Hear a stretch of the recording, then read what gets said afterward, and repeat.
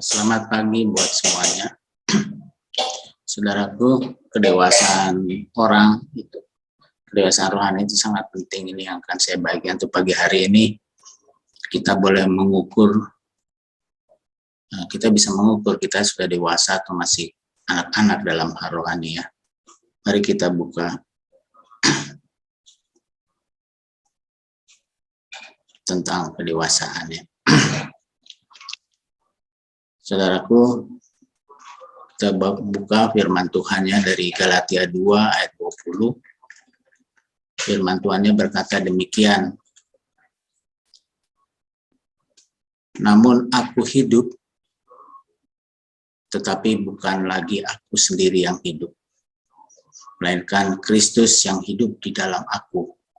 Dan hidupku yang kuhidupi sekarang di dalam daging adalah hidup oleh iman dalam Anak Allah yang telah mengasihi aku dan menyerahkan dirinya untuk aku.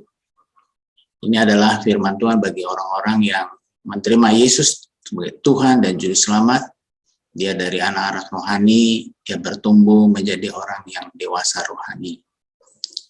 Jadi kehidupan orang dewasa rohani adalah di mana kehidupan dagingnya semakin hari semakin mengecil dan kehidupan rohaninya semakin tinggi. Saudaraku,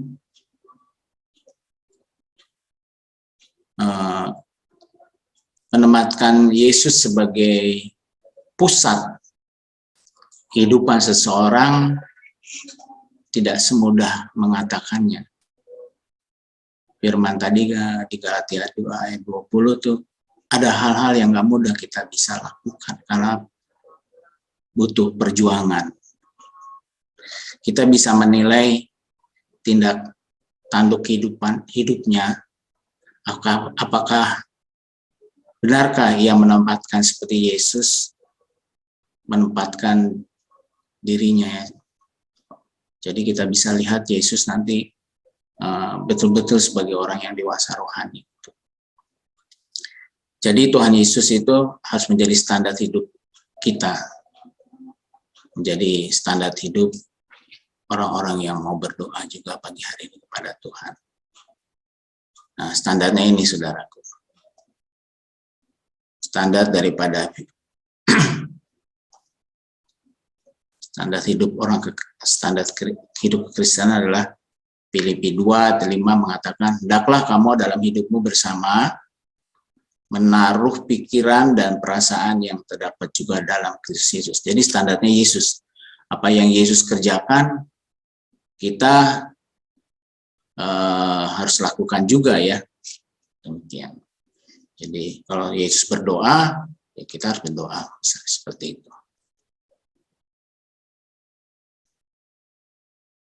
Ada firman Tuhan, penterjemahannya daripada yang tadi Filipi 2 ayat 5, yaitu seperti Yesus adalah demikian.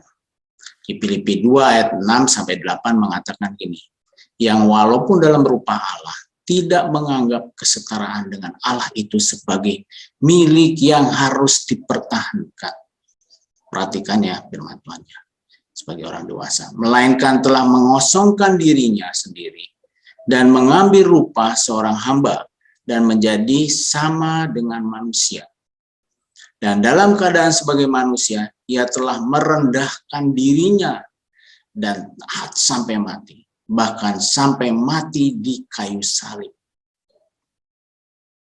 Korelasinya dengan Galatia 2:20 jelas sekali. Bahwa ini mau berbicara tentang harga diri kita sebagai manusia yang selalu mau meninggikan diri ya. Secara tidak sadar kadang-kadang kita seperti itu. Kita harus mau merendahkan diri seperti Tuhan Yesus. Supaya kita layak di hadapan Allah, supaya doa-doa kita layak di hadapan Tuhan dan didengar Tuhan Yesus. Tuhan Yesus mau memakai pakaian dosa yang tidak layak kita itu. Dan menggantikan pakaian kemuliaannya kepada kita sehingga kita layak di hadapan Tuhan. Kadangkala, saudaraku, orang sekarang masih memakai gaya hidup lamanya dalam berinteraksi dengan sesamanya, walaupun dia anak Tuhan, sehingga kita tidak nyaman bersama dia. Tetapi bersama Tuhan Yesus pasti nyaman. Jadi harusnya kita kalau ketemu orang yang dewasa rohani, kita jadi nyaman ya. Kadang-kadang kita tidak nyaman karena dia masih seperti anak-anak rohani. Semakin dewasa rohaninya, seseorang akan seperti Tuhan Yesus. Orang lain bisa merasakan apakah kita cukup dewasa rohani atau tidak dewasa atau kekanak-kanakan. Orang lain bisa merasakan kerendahan hati Tuhan Yesus. Orang lain bisa merasakan kerendahan hati kita kalau kita dewasa di dalam Tuhan. Tapi di sini isinya artinya rohani, yang rohani ya. Semua orang sering berkata, saya hamba Tuhan, saya hamba Tuhan. Apa sih maksudnya hamba Tuhan? Seorang yang disebut hamba Tuhan, maka artinya ia adalah budak Kristus. Budak itu taat meski tidak sesuai dengan apa yang dia inginkan. Budak itu tidak ada tawar-menawar dan benar-benar taat. Itulah artinya hamba Tuhan. Butuh kedewasaan yang sungguh di sini untuk bisa menerapkannya. Seorang dewasa rohani adalah orang yang bertumbuh sebagai orang Kristen yang mengasihi sesamanya. Walau dalam keadaan susah, ia tetap memikirkan orang lain, bukan menjadi orang yang selalu ingin dilayani.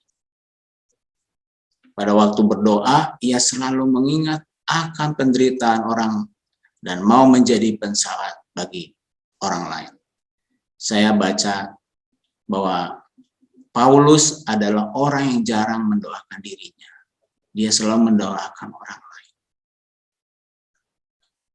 Jadi untuk menjadi seperti Paulus membutuhkan kedewasaan yang tinggi seperti Tuhan Yesus.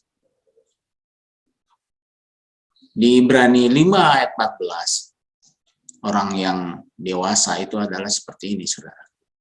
Ibrani 5 ayat 14 mengatakan, tetapi makanan keras adalah untuk orang dewasa, yang karena mempunyai panca indera yang terlatih untuk membedakan yang baik daripada yang jahat. Luar biasa ya, saudara. Jadi kedewasaan itu bisa dilihat kita ada di mana. Lihat aja dari makanannya. Panca inderanya terlatih, kata firman Tuhan. Dia mudah sekali membedakan mana yang baik, mana yang jahat. Mari saudaraku, sebagai pendoa pagi hari ini, kita tingkatkan kedewasaan rohani kita. Menjadi orang dewasa bukanlah menjadi anak-anak yang selalu minta diperhatikan, yang hanya memikirkan dirinya sendiri. Jadi saudaraku, kita siap menjadi orang dewasa di dalam Tuhan? Mari kita siapkan diri kita.